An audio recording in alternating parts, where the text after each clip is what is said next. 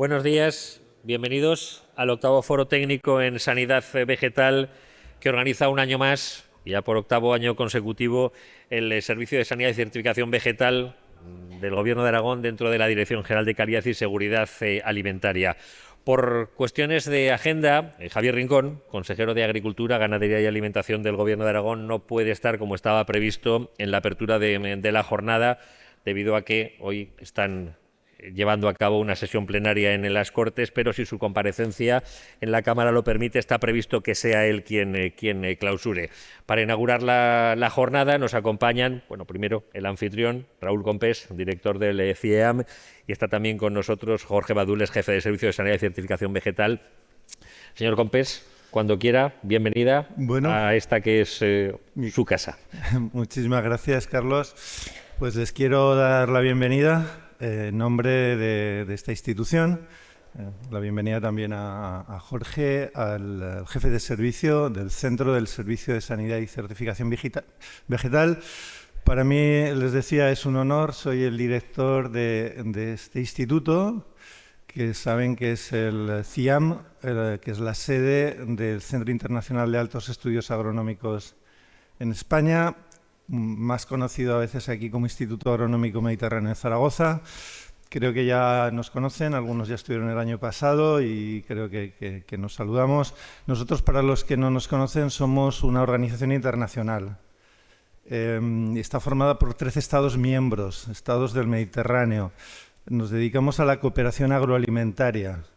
Nuestra misión es formar, es transferir conocimiento a los directivos, a los investigadores, a los expertos en todos los campos del sistema agroalimentario en todos los países del Mediterráneo. Por eso aquí, en este instituto, realizamos actividades de formación, de educación, investigación, innovación, asistencia técnica, proyectos de cooperación al desarrollo, es decir, todo aquello que es deseable, que es necesario para que los países mediterráneos, sobre todo los países del sur, los países del este, otros países en desarrollo también, pueden ser de África, del Oriente Medio, pues tengan capacidades y puedan diseñar proyectos, estrategias, políticas de desarrollo sostenible agroalimentario. Estamos en el campus de Auladei.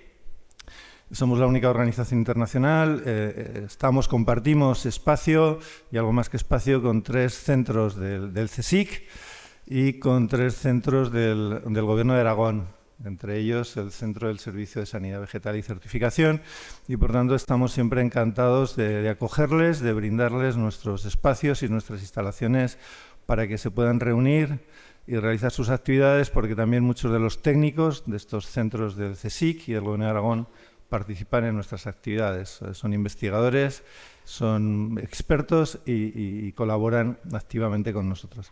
Así que muchas gracias, bienvenidos. Espero que tengan una buena jornada. Creo que este año van a ser más que el año pasado, así que esperemos también, aunque desborden las capacidades de este salón, que les podamos atender adecuadamente. Feliz jornada. Gracias, Carlos. Muchas gracias, señor Compés, director del CIEAM. Y ahora sí, la inauguración de la jornada, el inicio de este octavo Foro Técnico en Sanidad Vegetal, va con el cargo de Jorge Badules, jefe de Servicio de Sanidad y Certificación Vegetal. Cuando quiera, señor Badules. Hola, buenos días a todos los presentes. Bueno, como ya han explicado, el consejero de Agricultura, Javier Rincón, hasta hace unos días tenía previsto estar realizando esta inauguración de este octavo Foro Técnico en Sanidad Vegetal, pero un adelanto en su comparecencia en las Cortes pues le impide estar aquí, así que voy a ser yo, en representación del Servicio de Sanidad y Certificación Vegetal, el que realice la presentación de estas jornadas, que este año llevan por título 40 años de sanidad vegetal. Obviamente, la sanidad vegetal no empezó hace 40 años, pero este título pretende hacer un guiño a las Atrias, que en este final de 2024, mes arriba, mes abajo, cumplen aproximadamente el 40 aniversario desde que se crearon las primeras en Aragón. Las Atrias, Agrupación para Tratamientos Integrados en Agricultura, son asociaciones que nacieron de la mano de los productores agrícolas con el fin de realizar tratamientos fitosanitarios más racionales, aunando todo el conocimiento técnico disponible en todo momento, en beneficio de toda la sociedad. Ahorro de costes para los socios de las Atrias, menor impacto ambiental, menos riesgo para los aplicadores. Esto que a nosotros nos parece tan lógico, hay que recordar que no siempre fue así. En la década de los 60, por ejemplo, había un método que consistía en el tratamiento por calendario, que es que a días fijos marcados de antemano se pasaba por la parcela sin mirar siquiera si teníamos plaga, con un umbral económico suficiente que justificara el tratamiento. Mucho se podría hablar en favor de las atrias. Al coordinar los tratamientos necesarios entre los productores de la zona, pues se consigue una mejor eficacia que no si trata un agricultor sí y todos sus vecinos no. Se puede conseguir un ahorro de tratamientos que redunda en una disminución de exposición de riesgos para los aplicadores, y tampoco es para olvidar que allí donde es posible se promueve el empleo de controles biológicos y culturales para el control de plagas. No obstante, para los que estamos en este mundo agrícola, sabemos que no todo es tan bonito en la actualidad. La sanidad vegetal y con ella las atrias se enfrentan a una serie de problemas, fruto quizás de la evolución de la sociedad hacia inquietudes medioambientalistas. La disminución de materias activas disponibles, la burocracia asociada al sector, las limitaciones a los tratamientos, son solo algunos de los problemas a los que nos estamos enfrentando. En resumen, y por no profundizar en temas que se nos escapan al objetivo de esta jornada, la sociedad donde se crearon las primeras atrias ha cambiado y ya no es la actual. Las herramientas que tenemos disponibles también han cambiado, para bien y para mal. Estamos entonces ante una gran paradoja. La sanidad vegetal y las atrias en España han contribuido activamente a lo que voy a decir. Han conseguido que se estén produciendo ahora mismo los alimentos más seguros que se han hecho en décadas, a la vez que gran parte de la sociedad cree que todavía no es suficiente y que estamos empleando demasiados productos fitosanitarios. Voy a ser claro, el relato, el discurso mediático, como dirán los sociólogos, pues en estos momentos y desde hace un tiempo lo tenemos perdido, porque la sociedad ni nos entiende ni sabe cómo funciona realmente el sistema de producción de alimentos. Pero aún así, yo os animo porque tenemos que seguir predicando nuestro trabajo. La protección de cultivos ha sido, es y seguirá siendo fundamental para la sociedad, por mucho que haya una parte de ella que reniegue de la misma. Así pues, vamos a dedicar a reflexionar sobre las atrias y bajo el título Atrias de ayer y hoy, la tercera parte de la jornada, contaremos con una ponencia sobre la evolución de las atrias de la mano de Antonio Montserrat, experto en protección de cultivos del Instituto Murciano de Investigación y Desarrollo Agrario y Medioambiental, y posteriormente contaremos con una mesa redonda en la que hemos querido dar voz a todos los agentes del sector, empezando por agricultores, empresas suministradoras de productos y, por supuesto, las atrias, para que nos den una visión sobre su evolución y sobre dónde deberíamos de avanzar.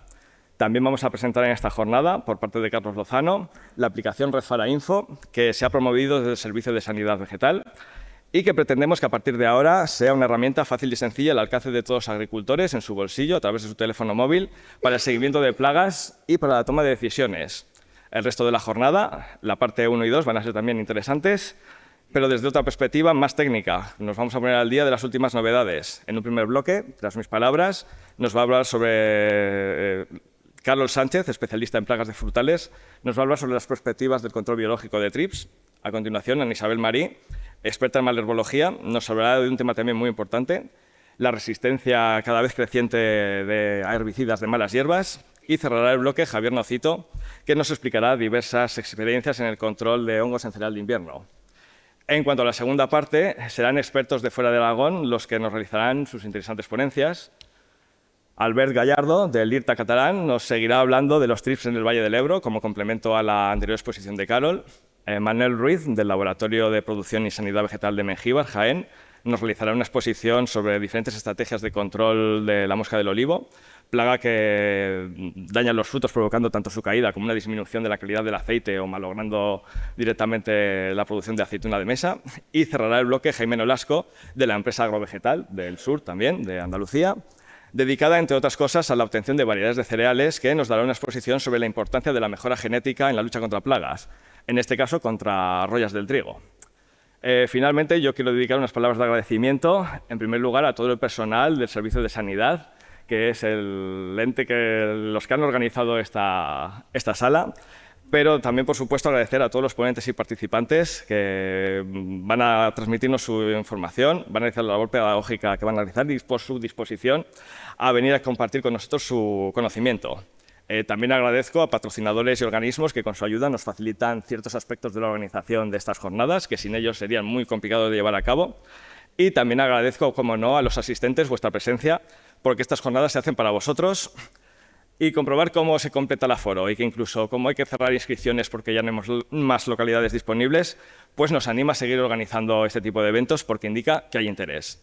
Así, por mi parte, concluyo ya estas palabras de presentación y a continuación pues empezaremos con las exposiciones, empezando por la de Carlos Sánchez. Muchas gracias.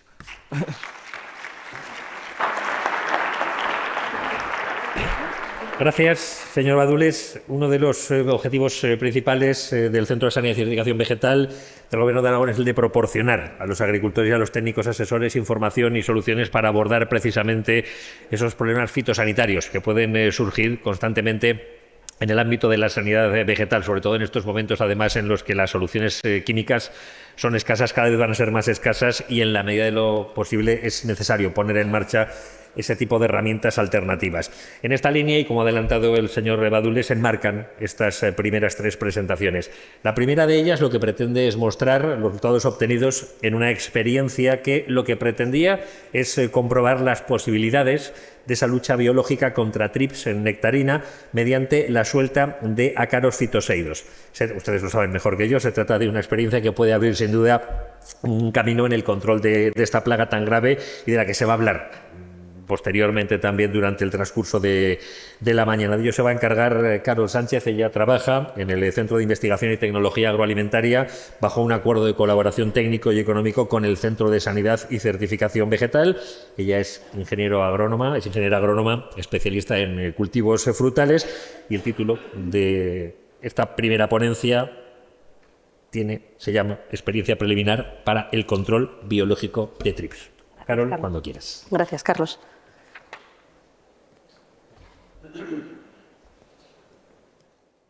Hola, muy buenos días. Como ya os han comentado, mi nombre es Carol Sánchez y bueno, pues os voy a contar un poquito las experiencias preliminares, porque tampoco podemos llamarle ensayo, ¿vale? Son los primeros pasos que estamos dando para ver cómo son los resultados en cuanto a los ácaros depredadores para trips, cómo pueden funcionar.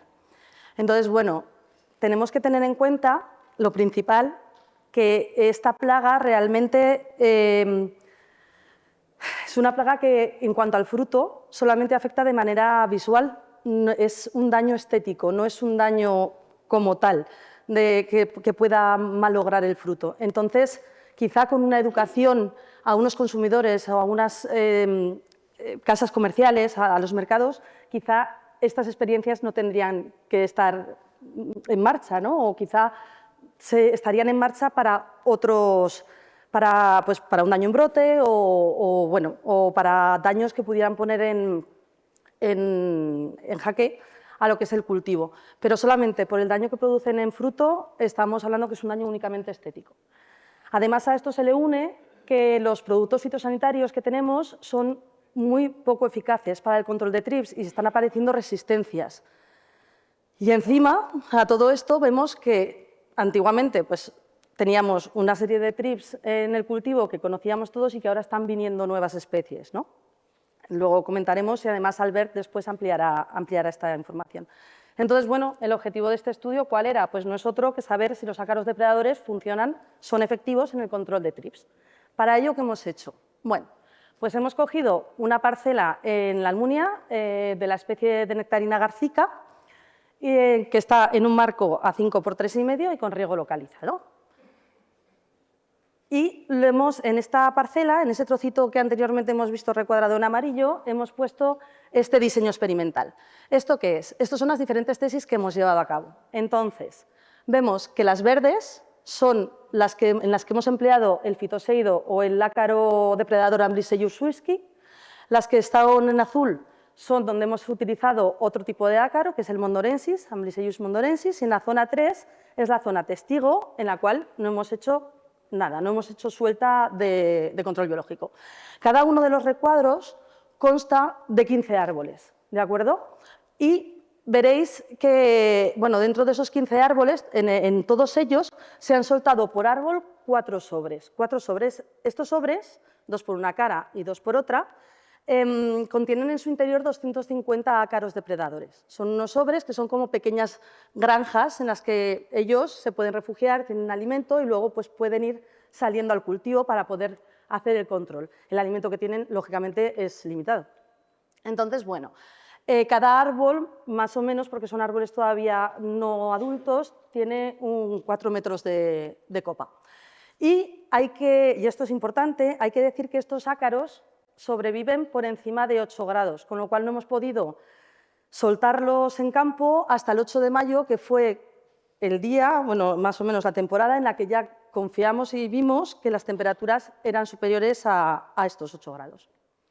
Bueno, esto es la instalación de los árboles. Se colocaron, como digo, o sea, de los sobres en los árboles. Se colocaron, como digo, 2 en una cara y 2 en otra, una a la derecha y otra a la izquierda.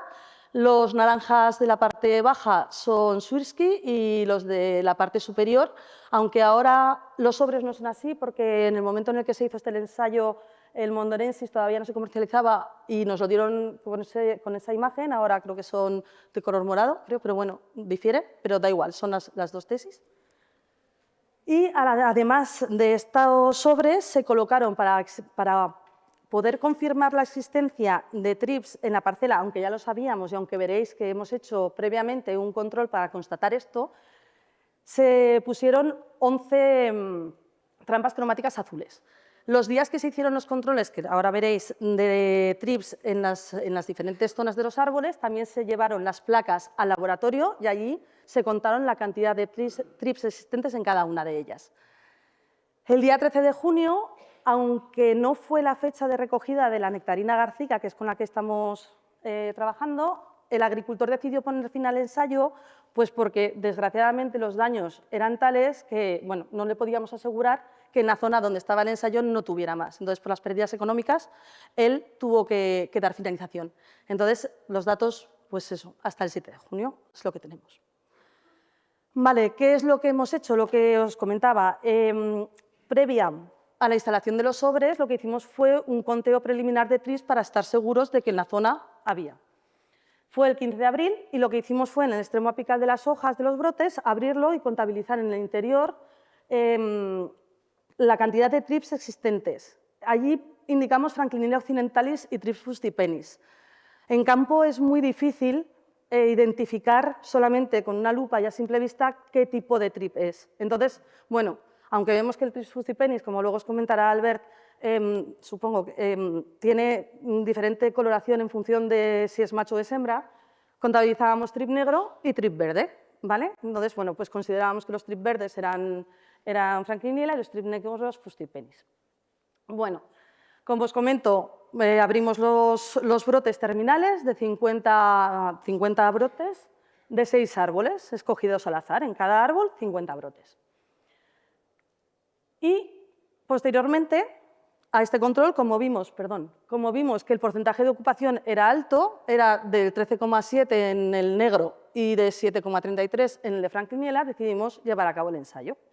Una vez puestos los sobres, lo que hicimos fue hacer controles de esos brotes, controles para ver si esos ácaros se estaban instalando bien, si estaban haciendo su papel dentro del cultivo.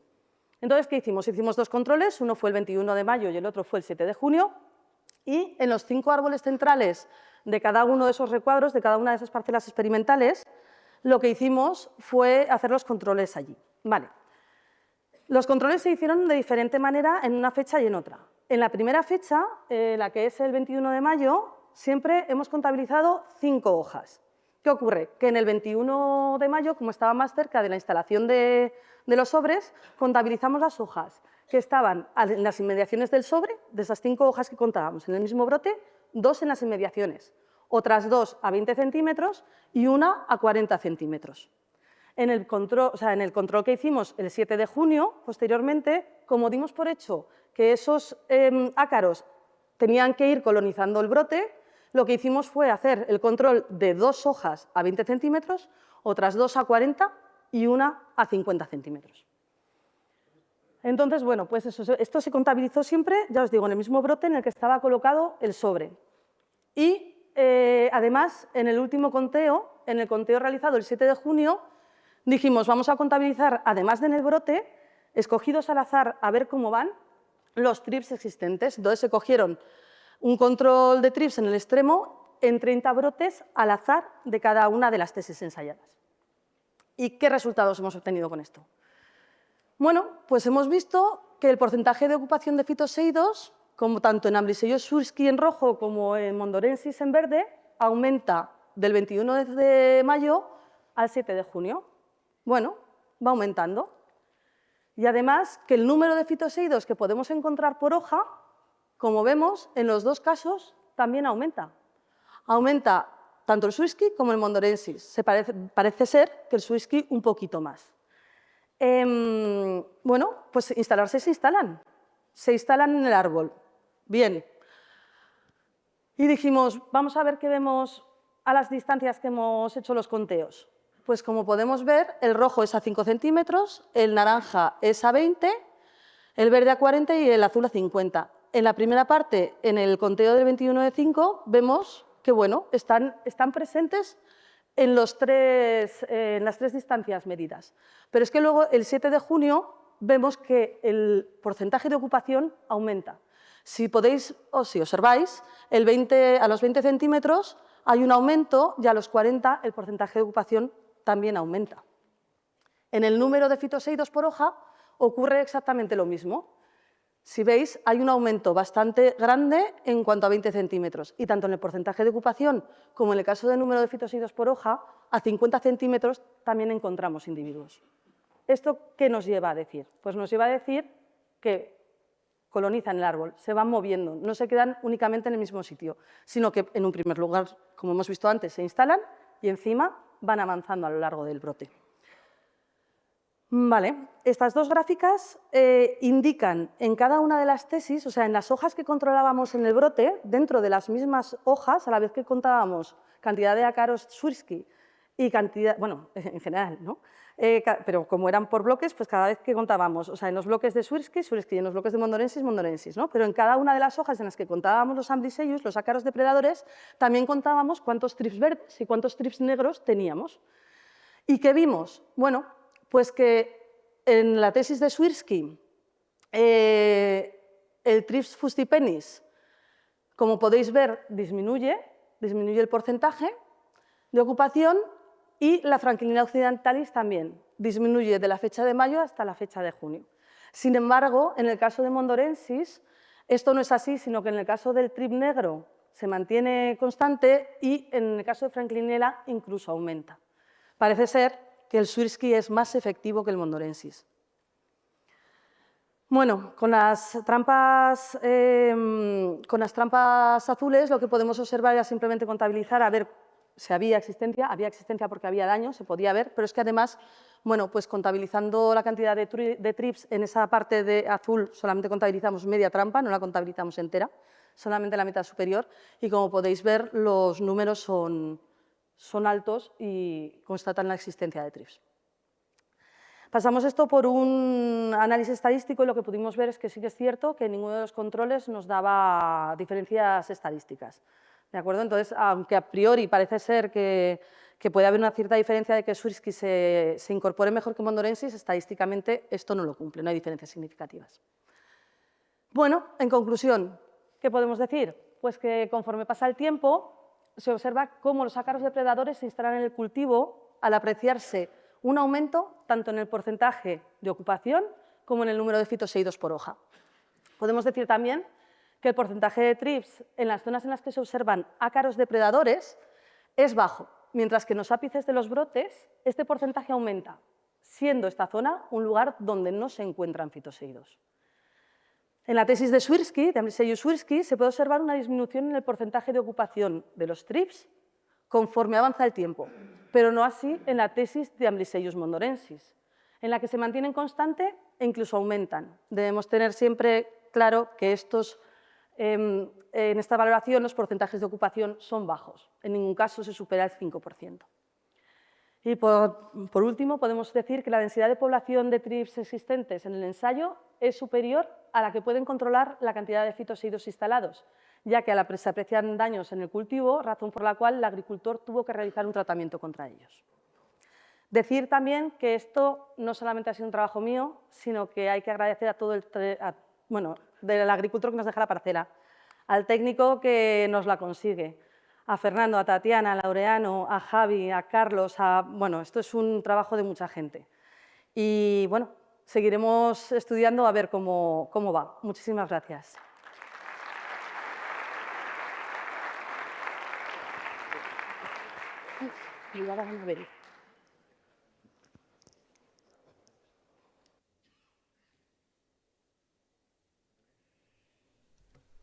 Muchas gracias, Carol. Además, enhorabuena por cumplir además escrupulosamente el tiempo acordado. Esto es importante. La segunda presentación de la mañana va a correr a cargo de Ana Isabel Marí. Ella trabaja también bajo ese acuerdo de colaboración entre el CITA y el Centro de Sanidad y Certificación Vegetal.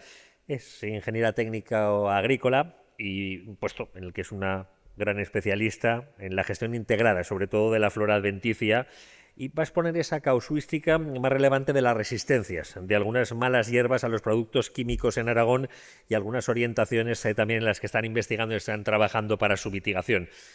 La ponencia o la parte de la ponencia lleva por título Resistencias a herbicidas y vamos a contextualizar la situación en Aragón. Ana Isabel, cuando quieras.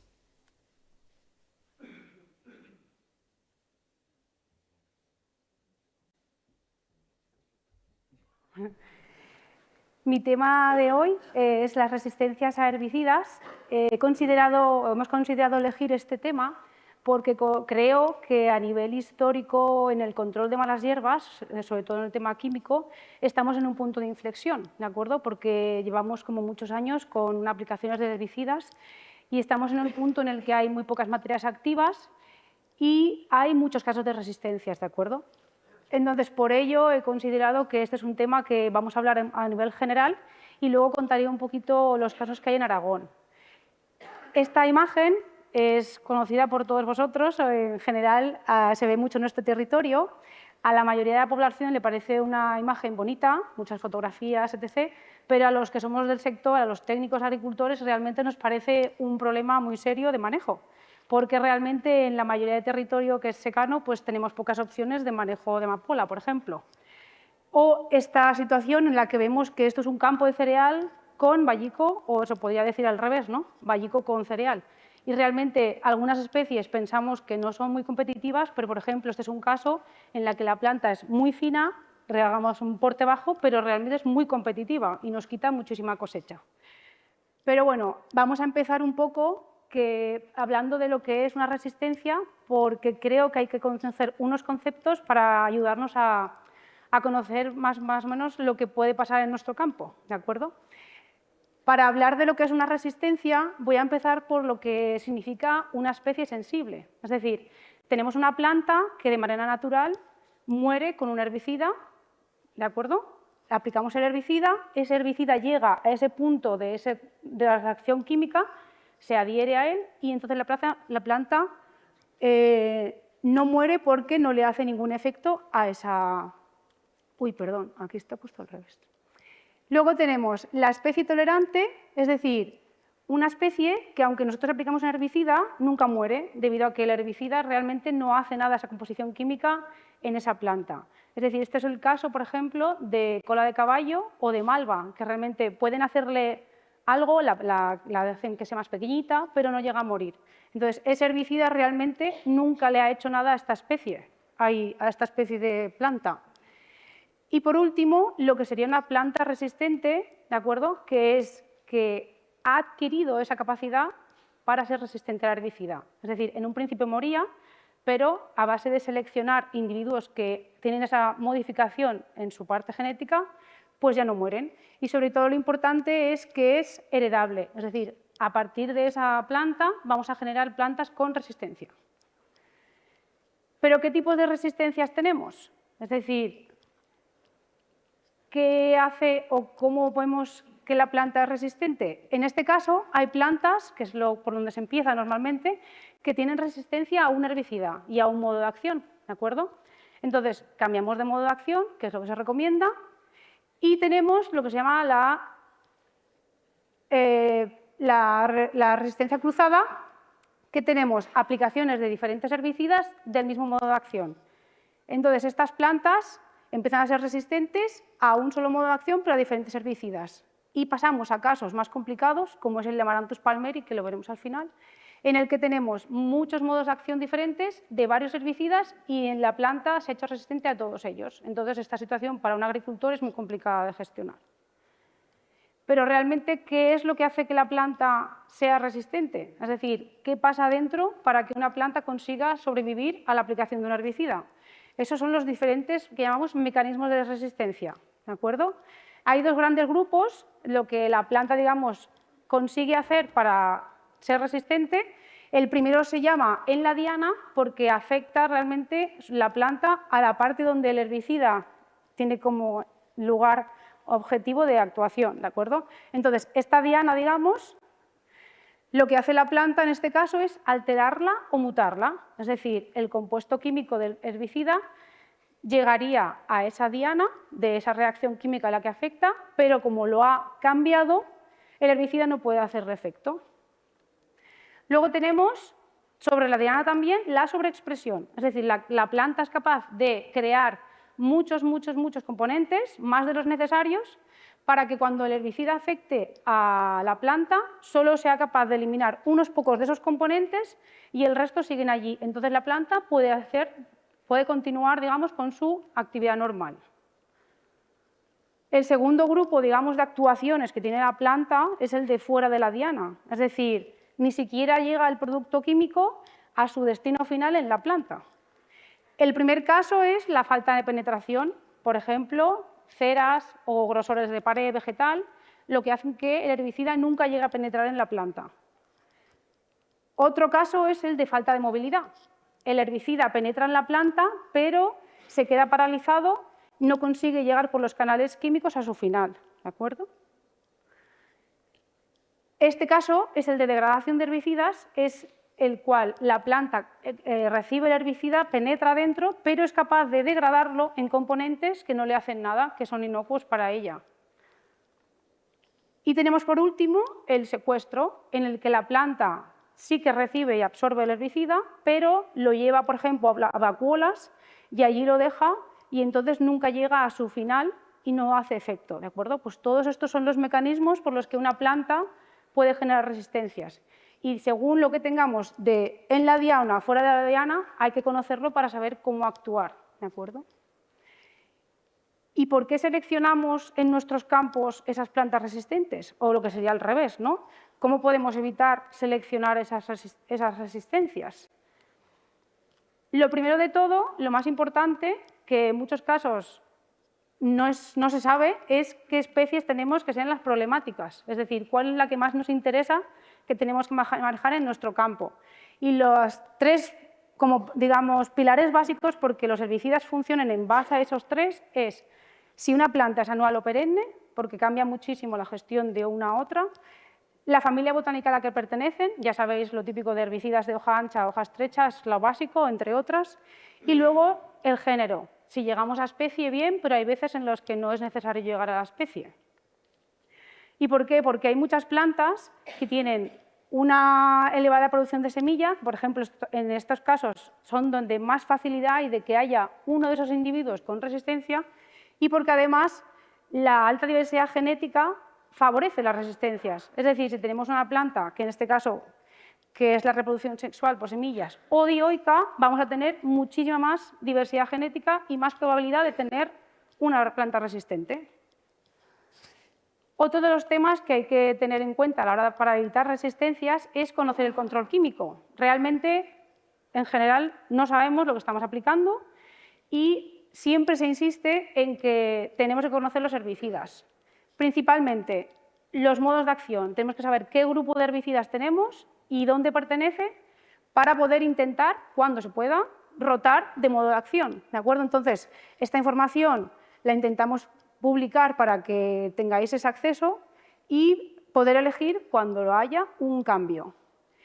¿Por qué? Porque nosotros mismos, a medida que vamos aplicando siempre el mismo grupo de herbicidas, lo que hacemos es, mediante lo que se llama presión de selección, que haya solo, poco a poco, más plantas resistentes. Es decir, aplicamos un herbicida, mueren todas menos resistentes, se va reproduciendo y a medida que vamos aplicando el mismo herbicida, solo va quedando las plantas resistentes. En cambio, si aplicáramos otro modo de acción, mataríamos a esas plantas resistentes. Es decir, nosotros estamos aumentando la resistencia en nuestros campos. Y para otra parte del tema de control químico es intentar seguir, en la medida de lo posible, las recomendaciones de las etiquetas de los productos e intentar mejorar los tratamientos, porque hoy en día ya sabéis que los productos son cada vez más técnicos y más difíciles de aplicar.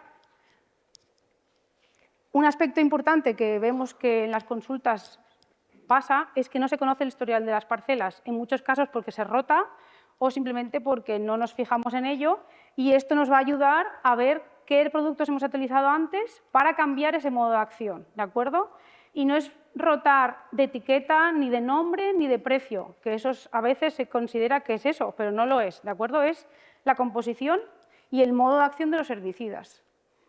Y por último, pues bueno, nos estamos viendo obligados, en bastantes casos de malas hierbas, a volver a lo que se hacía antes, ¿no? A retraso de siembra, a falsas siembras, porque no nos queda más remedio, porque no tenemos a veces que aplicar para según qué problemas. Voy a pasar a contar un poquito los casos de resistencias de malas hierbas en Aragón, cronológicamente, y lo que voy a hacer es comentaros que son las que están descritas mediante ensayo de dosis-respuesta o mediante análisis molecular, que son como los métodos, digamos, oficiales, pero aparte de estas, a nivel nacional hay otros modos de acción y sí creemos que hay más resistencias, pero nadie se ha puesto a estudiarlas, ¿de acuerdo? Entonces, los casos históricos más conocidos son el vallico y la amapola, ¿no? Se describieron en los 90 y, bueno, pues aquí veis que tienen resistencia múltiple en esas materias activas cuando se estudió y realmente, bueno, como ya sabéis todos, a nivel de secano en estas especies, pues pocas opciones nos quedan y lo que tenemos que hacer es, lo que hemos dicho, aplicar otros métodos tipo retrasos, etc., ¿de acuerdo? El siguiente caso de resistencias en Aragón que tenemos descrito del 15, pues es el sorgo molepense. Como los que estáis en maíz, ya sabéis que a nivel de sorghum de rizomas no hay nada más, aparte del grupo que hay aquí que es resistente, entonces no podemos hacer nada con ella, ¿de acuerdo? Solo intentar mantenerla o frenarla. Luego tenemos a nivel de 2015 la equinocloa, que es de maíz y arroz. Esta se describió la resistencia en el penoxulán para el arroz. A nivel nacional la resistencia viene ya de los finales de los 80-90. Tenemos el caso del rapistrum, que es una amarillera que tiene resistencias al grupo B. Este es un caso que es poco común, pero bueno, que sepáis que van aumentando los casos. El tema de la coniza, como todos ya conocéis, esta especie está cada vez en más ámbitos. La resistencia descrita es al glifosato y bueno, pues que sepáis que en el año que se analizó con los ensayos en almendro hizo falta 32 litros por hectárea para matar a la población resistente. Es decir, si tenemos un caso de glifosato, olvidémonos del glifosato porque a medida que aumentamos las dosis se va adaptando. Es decir, cuando hay una resistencia, olvidémonos del producto ni mezclado ni con nada, ¿de acuerdo? Y ya brevemente, esta es la última incorporación, como no, tengo que hablar de Amaranthus palmeri. Esta está analizada molecularmente, agradecer a los compañeros de CICITEX de Extremadura y de la Universidad Pública de Navarra por hacer los análisis. Tenemos resistencia a glifosato y a inhibidores de LS aquí en Aragón. Y los compañeros catalanes, pues lo he puesto en gris, ya saben que hay resistencia a mesotriona, que es una de las pocas materias activas que funciona. Y bueno, he puesto aquí las cifras de otros países a nivel mundial, que sepáis que hay resistencia a 10 modos de acción y que hay alguna población concreta que tiene de hasta 5 y 6 modos de acción. Es decir, el agricultor ha cambiado tanto de herbicida que le da igual, se hace resistente a todo. Es decir, nuestras poblaciones, las que tenemos aquí en Aragón, si analizáramos muchas, encontraríamos más resistencias y seguirán aumentando. De hecho, una de las materias activas, que es la dimetenamida, dicen que empieza a haber algún fallo de aplicación. Entonces, bueno, que sepáis que el tema de las resistencias en esta especie va a ir a más. Y la última especie, que no está descrita aquí en Aragón, la resistencia, pero sí en Cataluña, y creemos que aquí también está, ¿de acuerdo? Es la de Coquia scoparia, que tiene resistencia triple. Por eso estos 2 últimos años estamos viendo que está habiendo un boom de esta especie. Entonces, bueno, que sepáis que hay resistencia a estas materias activas y el 2,4-D de dicamba, que son del mismo grupo, en principio no ha dado niveles de resistencia, pero empieza también a tener como respuestas variables, que quiere decir que ya tiende a resistencia. Entonces, bueno, pues la gestión de estas especies, que sepáis que evitar que haga semilla, lo que hemos dicho antes, para evitar que haya más especies, más plantas de esta especie y, sobre todo, pues bueno, intentar cambiar los modos de acción, aunque ya sabemos que pues en rastrojos, etc., pocas opciones tenemos, ¿de acuerdo? Y nada, resumiendo, lo único que podemos hacer es intentar retrasar la resistencia, ¿de acuerdo? Es difícil, pero es lo que tenemos que intentar. Gracias.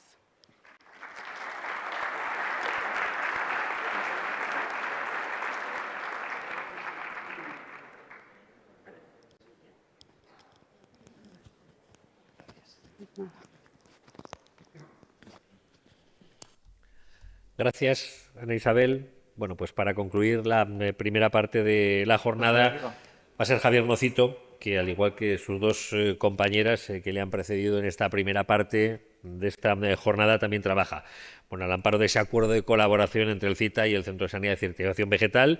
Él está especializado en cultivos herbáceos y lo que va a hacer es una breve exposición sobre los dos de los ensayos que están llevando a cabo en los últimos años, en este caso con el objetivo de poder valorar la eficacia de diferentes alternativas químicas para el control de enfermedades en trigo y cebada. Y bueno, el título de la ponencia será Experiencias en el control de enfermedades fúngicas en cereal de invierno. Javier, cuando quieras.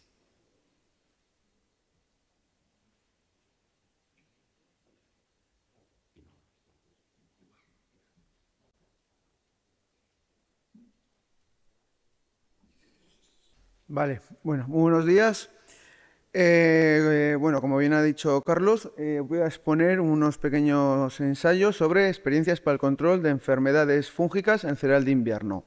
¿Vale? Estos ensayos se enmarcan dentro de la red de ensayos de la Red Fitosanitaria de Aragón, junto con todos los técnicos de ATRIAS de Aragón. Nuestros principales objetivos de este ensayo es conocer la eficacia de distintas materias activas en el control de enfermedades fúngicas sobre los cultivos de cebada y trigo y transferir estos resultados al sector, tanto a técnicos como a agricultores, con el objetivo de aportar herramientas de control. Tenemos aquí el cereal de invierno, que es un cultivo de invierno, es una gramínea, que su temperatura óptima está entre 5 y 25 grados, que también es donde la temperatura óptima donde se mueven las enfermedades. En España tenemos más de 5 millones de hectáreas de superficie de cereal de invierno y en Aragón tenemos unas 700.000 hectáreas. Y en Aragón tenemos una casuística un poco especial porque tenemos diferentes condiciones, tanto edafoclimáticas y también de humedad y temperatura.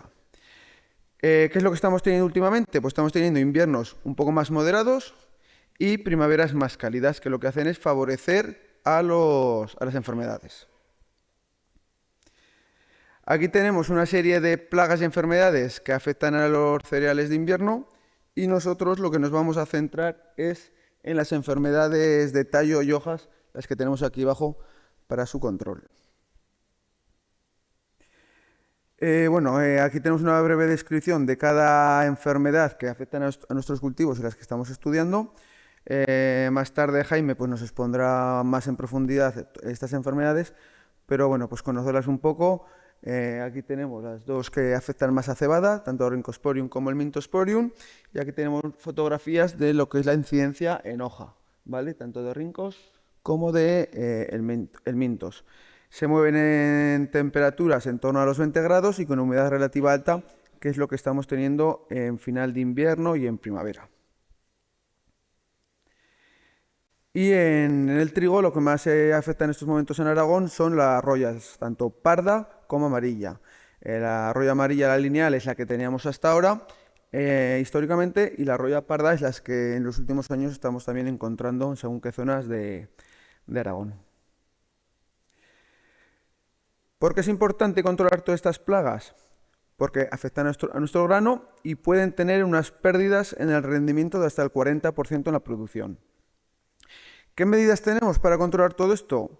Pues diferentes, desde rotación de cultivos, retrasos en la siembra, intentar sembrar un poco más tarde aquellas variedades que sean más susceptibles para que en los primeros meses los últimos meses de otoño, noviembre y un poco de diciembre, pues no tengamos la enfermedad en el campo. Usar semilla certificada, que lo que nos está asegurando es que viene una semilla libre de enfermedades. Utilizar variedades menos susceptibles. Lo que se está haciendo en los últimos años es utilizar unas variedades de alto rendimiento. Estamos aumentando el potencial de rendimiento de estos cultivos en detrimento de que son más susceptibles a enfermedades. Pues si sabemos que es una zona donde vamos a tener esta enfermedad, podemos sembrar unas variedades un poco más rústicas y retirar todos aquellos restos de cosecha de una parcela que el año anterior ya habíamos tenido problemas de enfermedad. Y por último, bueno, pues debemos hacer un seguimiento de cada cultivo en cada parcela, en todo momento, desde el momento de la siembra, y debemos de tomar la decisión en el momento en que está la enfermedad de hacer unos tratamientos químicos, unos tratamientos foliares. Y hay según qué enfermedades que podemos tener el umbral un poco más alto y otras que es aconsejable a partir de la aparición de los primeros rodales ya hacer el tratamiento. Nosotros lo que hemos hecho es hacer este ensayo en dos parcelas. Una parcela de secano, que es en las 5 villas, en la localidad de La Llana, y otra en regadío por aspersión en Almudévar. La que es en secano es en una zona subhúmeda, ¿vale? No llega a ser como un regadío, pero la verdad que es una zona donde la pluviometría es alta. Lo que hemos hecho es sembrar microparcelas de 1,20 de ancho por 13 metros de largo y sembrar 4 repeticiones. En cebada hemos sembrado 2 variedades, Planet y Asteroid, sembrar 2 variedades, Planet y Asteroid, unas variedades que son un poco más susceptibles a enfermedades. Y en trigo hemos sembrado un trigo blando, el trigo blando Verdún, que también es más susceptible a la enfermedad. La fecha de siembra ha sido el 22 de noviembre, una fecha tradicional en esa zona, y lo que hemos hecho es sembrar la dosis de 450 semillas por metro cuadrado, ¿vale? De cada variedad hemos pesado las 1000 semillas y a partir de ahí hemos sembrado. Y estos son los fungicidas con las materias activas que hemos tratado. En trigo hemos tratado con 5 fungicidas y un testigo que no se ha aplicado nada. Tenemos los 4 primeros fungicidas.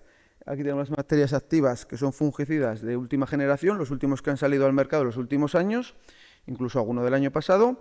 Y por último un tobuconazol, que es lo que tradicionalmente se ha estado aplicando en Aragón durante muchos años para el control de enfermedades. Y en cebada, pues los mismos tratamientos menos uno. Había un tratamiento que solamente estaba registrado para trigo y centeno, por lo tanto ese en cebada no se ha aplicado. La fertilización ha sido una fertilización tradicional que hacen los agricultores en cada zona. Y el tratamiento fungicida se ha hecho el 8 de abril. El cultivo estaba en un estado de inicio de encañado y el agua empleada ha sido de 300 litros por hectárea, ¿vale? Había bastante masa y había que mojar la planta bastante. Vale. Aquí tenemos los nombres comerciales de los tratamientos que hemos hecho en cebada, con su composición, y aquí el trigo. Esta es la parcela que tenemos en La Llana, el municipio de La Llana, la carretera y la parcela que tenemos. Este es el día de la siembra, nuestra sembradora de 1,2 metros y 1,2 de anchura, y aquí tenemos 4 repeticiones. Y aquí tenemos el croquis de los ensayos en nuestro campo, ¿vale? Por un lado tenemos el verdún, las 4 repeticiones, y lo que se hacía era, se aplicaba dos líneas con el mismo producto. Aquí tenemos 2 líneas de testigo, tratamiento 1, tratamiento 2. Y aquí tenemos la cebada, ¿vale? En la cebada teníamos dentro otro pequeño ensayo, que ese no los ponemos hoy aquí, que es con otros productos tratados en semilla, pero aquí tenemos Planet y Asteroid y lo mismo, pues se trataban 2 líneas testigo, 2 líneas con un producto, respetando el otro ensayo que teníamos aquí dentro. Se hace una recolección se hace primero ver la planta que está afectada, un porcentaje de planta afectada, tanto de hoja como cantidad de enfermedad en hoja, y una recolección de las microparcelas. Después, posteriormente, se hace un análisis de datos con diferentes programas. Aquí tenemos el día del tratamiento, lo hacemos con una mochila eléctrica caudal constante y digamos, la dosis registrada para el cultivo y contra la enfermedad. Aquí tenemos, bueno, las microparcelas, momento de la nascencia, y ya empezamos con la recogida de datos. Nosotros la recogida de datos la hacemos desde el momento en que hacemos la siembra. Desde el momento de la nascencia ya empezamos a recoger los datos, vemos la incidencia que hay de enfermedad en hoja en la planta. En Almudévar, bueno, la primavera ha sido este año, la primavera ha sido húmeda, por lo tanto nos ha ayudado a que entren estas enfermedades en nuestros cultivos. En Almudévar, todas las parcelas de cebada presentaban incidencia, tanto del mintos como de rincos, y el trigo no presentaba incidencia en el momento de la aplicación. En Sádava, las parcelas de trigo han presentado incidencia de septoria y rollas, pero no en el momento de la aplicación, sino un poco más tarde, y en Sádava las parcelas presentaban incidencia de rincos, las de cebada. Aquí tenemos fotografías de la incidencia que habíamos tenido en las parcelas, en trigo y en cebada. Aquí tenemos la cosechadora con la cual hemos cosechado nuestros ensayos, una cosechadora de 1,20 de ancho, que en cada momento, cuando acaba la microparcela, ya nos da rendimiento, peso específico y humedad de esa microparcela. Y aquí ya tenemos un poco los resultados de lo que nos ha dado el ensayo. Aquí tenemos los rendimientos en La Llana, en el municipio de La Llana, sobre cebada, Planet. Vemos que la media del testigo ha sido de 8.800 kilos y todos los tratamientos han estado por encima del testigo, ¿vale? Desde 9.700 casi hasta 10.400. Y aparte de estos rendimientos, vemos que el tratamiento número 3 es el que ha tenido diferencias significativas respecto al testigo. Y sobre 1.600 kilos por encima del testigo. Lo mismo en el municipio de La Llana, sobre la variedad asteroid, pues aquí tenemos el testigo que ha sido en torno a 8.500 kilos y lo mismo, todos los tratamientos, los rendimientos han estado por encima del testigo, ¿vale?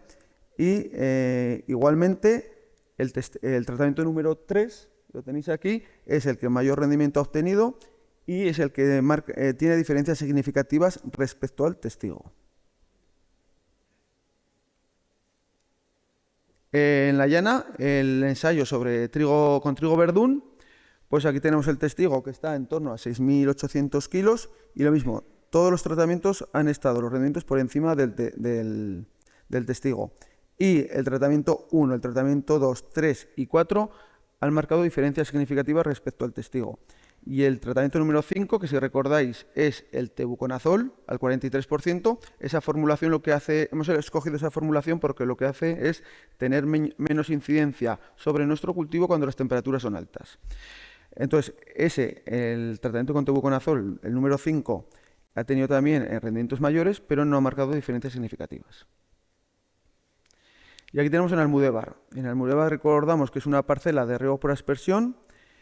En cebada Planet el testigo ha tenido 6.000 kilos de rendimiento y todos los tratamientos también han estado por encima de nuestro testigo, ¿vale? Y solamente el tratamiento número 4 es el que ha tenido diferencias significativas respecto a nuestro testigo. Aquí tenemos la cebada asteroide en Almudévar, que lo mismo, excepto el tratamiento número 3, los demás tratamientos han sido superiores al testigo. El número 3 ha sido un poco inferior o similar y los demás sí que han sido superiores. Y el trigo verdún en Almudévar, pues aquí sí que han estado los rendimientos todos muy similares al testigo, incluso por debajo o similares, ¿vale? Aquí sí que hay, pues han salido resultados, salen bien y salen mal. En este caso no han salido del todo bien o ha salido lo que vemos aquí, que son los rendimientos muy similares. Y como conclusiones podemos decir que en el año 2024 en Aragón se han dado las condiciones óptimas para la aparición de enfermedades fúngicas en los cereales de invierno. En las parcelas de cebada ubicadas en Sádava, en La Llana, perdón, todos los tratamientos, excepto el tratamiento número 4, obtuvieron mayor rendimiento que las parcelas testigo, siendo el tratamiento número 3 el que obtuvo un rendimiento significativamente superior respecto al testigo. Asimismo, solamente se encontraron diferencias significativas en el tratamiento número 3. En las parcelas de trigo ubicadas en Sádava, todas las parcelas tratadas obtuvieron mayores rendimientos que la parcela testigo, encontrando diferencias significativas en el tratamiento 1, 2, 3 y 4. En la ubicación de Almudévar, en el caso de cebada variedad Planet, todos los tratamientos obtuvieron mayores rendimientos que la parcela testigo. En el caso de las parcelas sembradas de cebada asteroid, obtuvieron mayor rendimiento las tesis 1, 2 y 4. En las parcelas de trigo en la ubicación de Almudévar, solamente el tratamiento número 2 obtuvo mayores rendimientos que el testigo, obteniendo diferencias significativas diferentes entre tratamientos fungicidas, entre ellos. Y se requiere continuar con este ensayo con la finalidad de introducir nuevos productos fungicidas, tanto en el control de las incidencias ya estudiadas como de nuevas. Y aquí les expongo un poco las diferentes publicaciones que sacamos desde el centro y sobre enfermedades. Aquí tienen, si me meten en la página web, tienen una publicación sobre todas las enfermedades foliares. En los boletines cada 2 meses sacamos también informaciones sobre estas enfermedades. Y si se meten en Red Fara, en la parte pública que tienen ustedes, pues ahí están los informes fitosanitarios, los informes de ensayos de los últimos años y el de este año. Tendrán este informe incluso más completo con cómo ha bajado la incidencia en hoja de todas las enfermedades. Y también se pueden encontrar aquí los boletines semanales que sacamos, bueno, cada 15 días que sacamos de cómo están los cultivos extensivos en Aragón, que esta información nos la aportan todos los técnicos de las atrias repartidos por todo Aragón, y la red Fara Info, que después Carlos nos explicará a todos. Y bueno, pues esto es un trabajo que lo estoy exponiendo yo, pero hay mucha gente detrás, gente de campo como Fernando, como los sembradores, los cosechadores y toda la gente que estamos en oficina, y muchas gracias a todos.